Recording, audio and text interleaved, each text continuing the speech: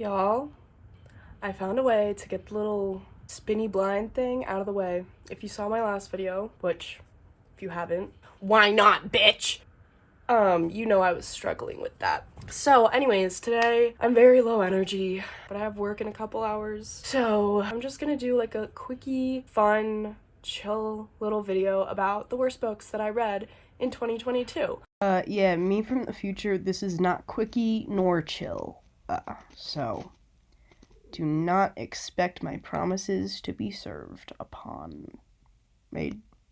Well, what does that say? Now, I will say right now, there are very few books that I had like strong feelings against, but like a lot of them were really just like meh type of things. So, you know, there will be a little bit of ranting here and there. I think also ranting about a couple books I don't think I've ever talked about, or at least like ranted about on this channel. Maybe that's a total lie. I don't know, but I don't know. I'm excited. So let's just get into it. We are gonna go in descending order. So from like least bad to most bad. Does that make it worse or better?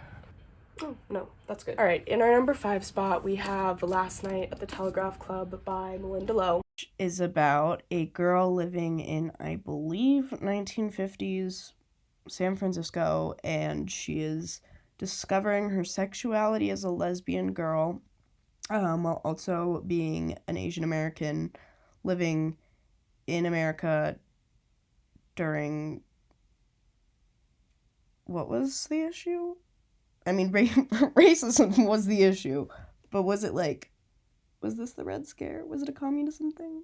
I need to shut the fuck up. I got this far through it. And it's in number 5 because I didn't enjoy it, and I obviously DNF'd it. But I was reading reviews, and a lot of people were like, oh my god, like, once you get to the second half, it gets so much better, like, the story is so good in the second half, the first half drags on, all this shit. And I'm like getting to the second half, so I'm like, maybe I'll pick this up again and finish it and see how I truly feel about it. The reason I DNF'd it, I was just like listening to the audiobook while driving on a super long road trip, and I was like really deep into this road trip. I was like multiple states in, and I'm like, okay, I bet I'm like getting to the end of this book by now. Like, I had it on 2x speed and everything. I was like, I should be finishing up this book.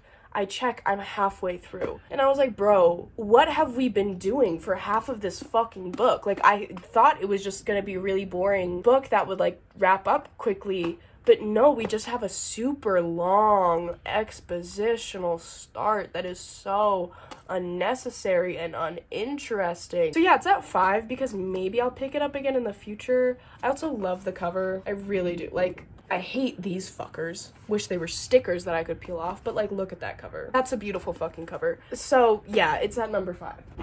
What is next? Number 4, I actually do not own a physical copy of, and it is Beneath the Sugar Sky by Seanan McGuire. This is the 3rd book in the Wayward Children series. Is about the Wayward Children series is basically a series of short novels, short novellas. I don't fucking know. Oh my god, I sound so uneducated in this goddamn video. Okay.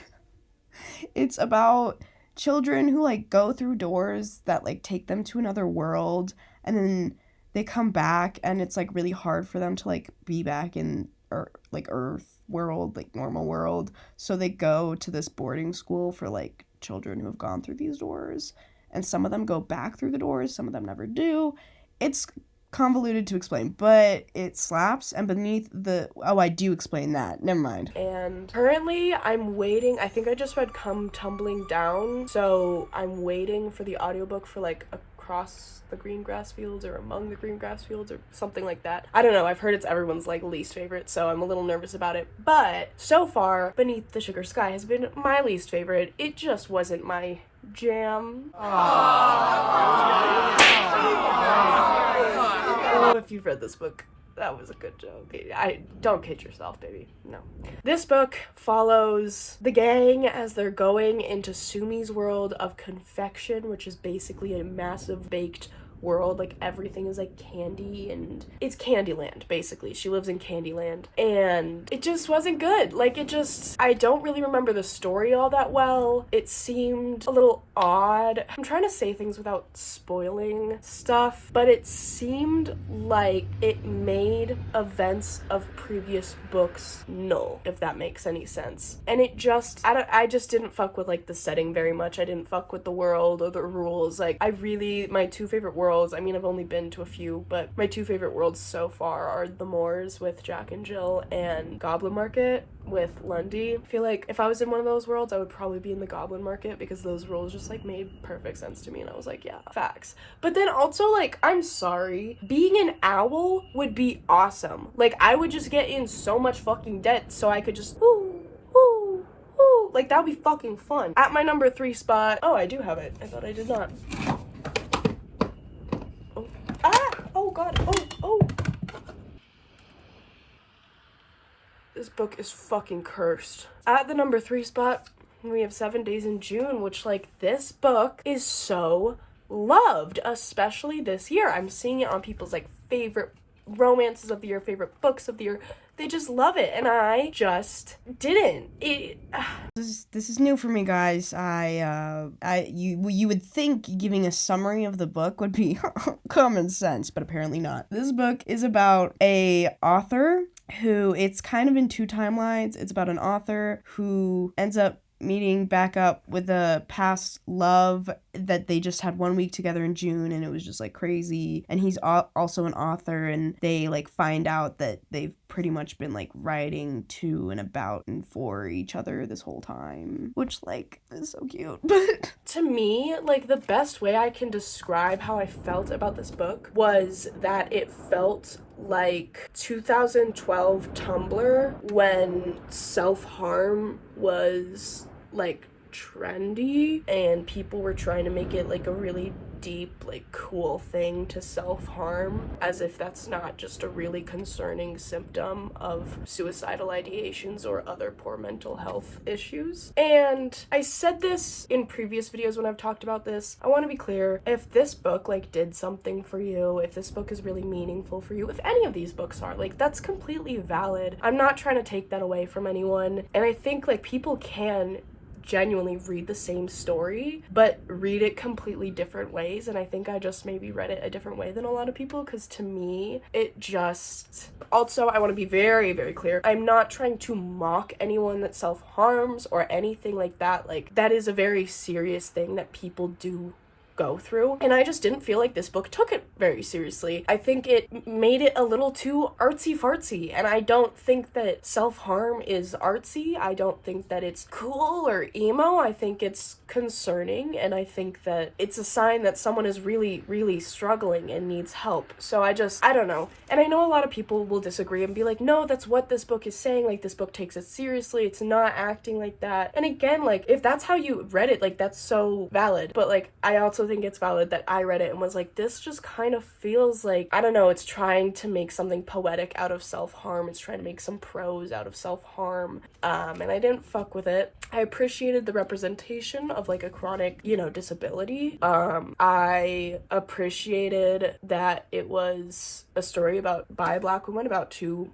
Black people in a romantic relationship. I don't see that as much as I would like to, and I appreciate the commentary it made on publishing as a Black author and movie deals as a Black author with Black characters and all that. I really did appreciate that side of things. There was a lot that I could appreciate about this book, but I just couldn't get past the way that it felt like just weird when it came to the topics of self-harm. The other big issue I had with this book that will automatically make me hate any book or TV show or anything is when a clearly older, I'm assuming Tia Williams is probably like a millennial, when someone in an above generation is trying to write Gen Z, and it is, I cannot comprehend how older generations have such a terrible understanding of Gen Z, because it's like, I don't know, I just feel like of any generation, we should be the ones that are most accessible to understand, because you can go on social media and watch the way people are talking, and instead it feels like, and this is not just about this book, it happens in this book, but like also in Wednesday, which I loved the show Wednesday, but that's the first example that comes to mind with Enid's character. It feels like these older people are just taking like, oh, Gen Z loves social media and slang, and they just fucking run with it without doing any type of research. Like, I'm sorry, we speak like normal human beings. Do you hear me right now? I'm not going, oh my god, this book was bad AF. LOL, I hated this. I got a TikTok about it. Renegade, renegade. Like, I'm sorry, that's not how we act. No one fucking acts like that unless they are literally like 11 years old. Let's rant for a second. Because this fucking daughter in this book is supposed to be like 11 or something. She's super young, and yet she talks like she's fucking 40, but then the weird ass vibe and references are clearly a millennial who has no idea what Gen Z kids do in their life, trying to write without any fucking thought put in. Like, that pisses me off. I'm sorry. Like, as an older Gen Z who is kind of constantly tied in, number one, with the younger crowd, but like also with this false conception that we are just fucking idiots walking around just like, to be clear, I don't think any no, there were references to TikTok in this book. I think there was one. This subject really fucking gets me going. I don't know how many ways I can say it. It just truly baffles me when authors, screenwriters, directors, whatever, don't do any fucking research into how a age group of people actually acts. Watch a YouTube video and you will know that Gen Z does not act like they do in the fucking TV shows and books. Anyways, the thing that really stuck with me, that literally made me like fucking bash my head against this book, was the jewel conversation. Jeweling is cringy. I know, facts. But what's even cringier is not doing a fucking ounce of research. I'm sorry, this maybe this should have been number 2, because I do not feel this strongly about my number 2 spot, I don't think. No, this is number 3 because I did see a lot of redeeming qualities, so keeping it at number 3. The jewel conversation. I wish I could find, I've looked so many times for that exact thing, but I don't know like where it is in the book, and for some reason I didn't why didn't I write something about it in the margins? Like, come on. But there was a lot of beautiful writing, I'll give it that. Okay, the jewel conversation. And by jewel, I mean Jewel. The daughter is basically saying, and this is honestly pretty word for word. Like, it's not word for word, but like, if someone is able to find the passage, it's pretty damn word for word. The daughter is basically going like, I'm such a good kid. I've only hit a jewel once, and I didn't even feel anything. Well, until I got home and ate a whole bag of chips. And I've brought that specific sentence up on my channel before because it just pisses me off so much, because it is a prime example of how literally 3 seconds of research would have made that never happen. And like, I'm not even sitting here blaming Tia Williams for not knowing about jeweling, right? Like, why would she know about jeweling? I'm blaming editors and Tia Williams for nobody catching that. Did you catch that? I certainly did. I caught the fact that a jewel is not weed. The fact that a jewel does not give you munchies. The fact that nicotine is an appetite suppressant. So in what world would ripping a jewel make you go home an hour later and eat a whole bag of chips by yourself? Oh my god, that's crazy. A whole bag of chips? Wow. But again, I feel like I've really torn into this book, and I just really want to be clear that like, I appreciate what this book has done for people. I appreciate the representation in this book, both racially and with, mental health and chronic illness. I thought the commentary about Genevieve's relationship with her mother was really interesting. There was a lot to appreciate about this book. It was just the lack of basic research in some parts, and my own interpretation of just being a little bit uncomfortable with how they were discussing self-harm. Those were the things that made this onto the worst of the year. A whole bag of chips! Wow! Number 2, Pride and Prejudice by Jane Austen, which is such a beloved book, and I literally don't understand why. Also, I thought this was going to be a shorter video. No. I don't understand why this book is so beloved. Like, it's so goddamn boring. And everyone's like, oh my god, Mr. Darcy and Liz, or whatever the fuck her name is, like, they're so romantic. Like, what?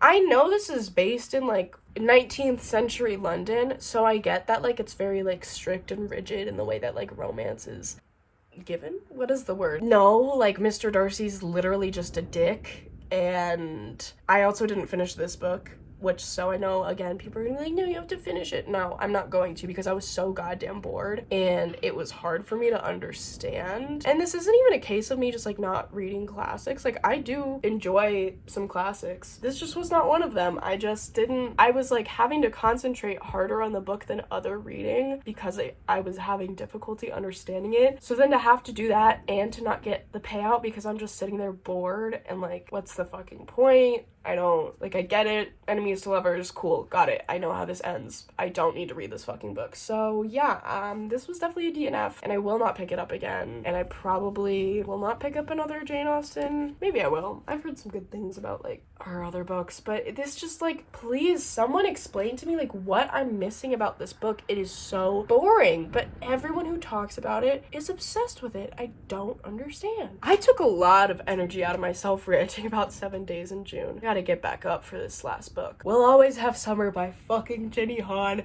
I do not know if I've really talked about this book on my channel, but it's so terrible. It is so shit. Anyone who says that this trilogy is good is fucking lying to you. Anyone who says that this trilogy is better than To All the Boys I've Loved Before is fucking lying to you. And I didn't like the third book in that series, or that trilogy either. For some reason, Jenny Han just, like, does not know how to write third books.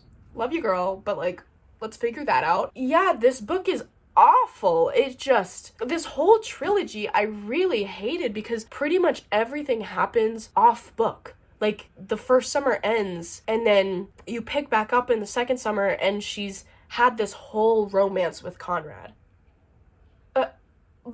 And we don't see it, and it's just referenced to.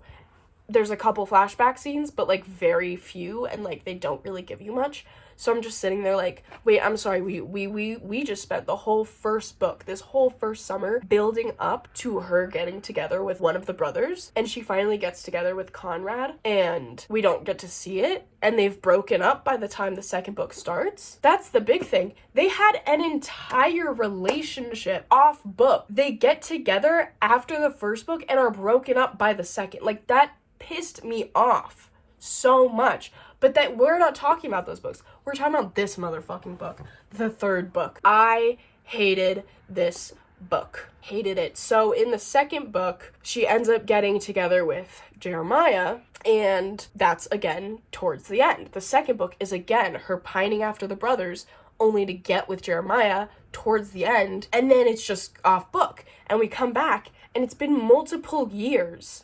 They have been in a relationship for multiple years, and we have seen none of it.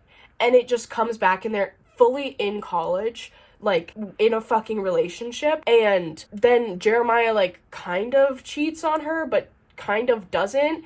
And it's just, like, this really, because we all know Belly in the books is an annoying fucking character, and so she's just being super annoying about it, and then she just ends up getting back together with him. So I'm like, okay, what was even the point of all that? Like, for us to just be annoyed by Belly more? Like, was that just supposed to, I guess she just needed conflict to throw into the story, so she just went, cheating, kind of, not even really. They were on a break, okay? As Ross said, they were on a break. Now, and I'm not saying that makes it okay, because, like, I actually think it was really fucked up of Jeremiah. I didn't forgive Jeremiah for that, like Belly did, because Jeremiah and Belly were virgins. Like, they had not fucked in the years that they had been together. They had not slept together. So for Jeremiah, they break up for, like, literally, like, a week, and he goes and loses his virginity to another girl, and then doesn't tell Belly about it. I didn't forgive Jeremiah for that. But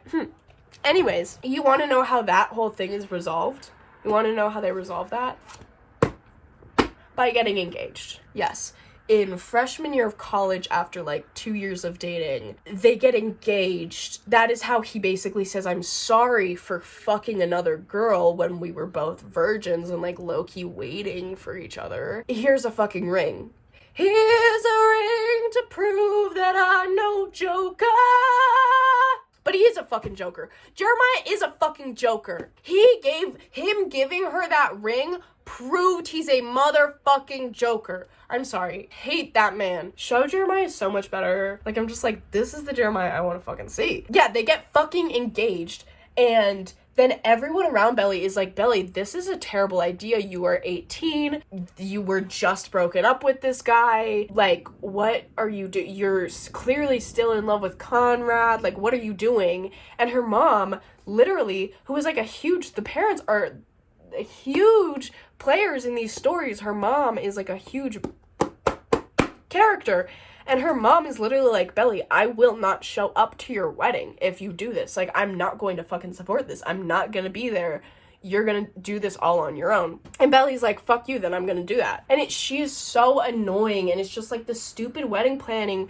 And I'm just sitting here like, I love wedding books, but not when it's with a couple that so clearly is not meant to get married, nor going to get married. That was the other annoying part, is I was reading it the whole time and I was like, she's so clearly still in love with Conrad. She cannot marry this man. She's not going to marry this man. So why am I reading an entire book about her fucking annoying ass wedding planning drama at the age of 18, like the fucking dumbass she is, when it's clearly Conrad? It's always been Conrad. It's always gonna be Conrad. And Conrad's a fucking dick, bro. Like, Conrad never gets better. Never. I gave him so many passes in the first book because I was like, oh, he's just like a little sad boy because his mommy's about to die. No, bro, he never gets fucking better, which I know then his mom does die, so then I also kind of give him a pass in the second book because I'm like, well, now your mom is dead.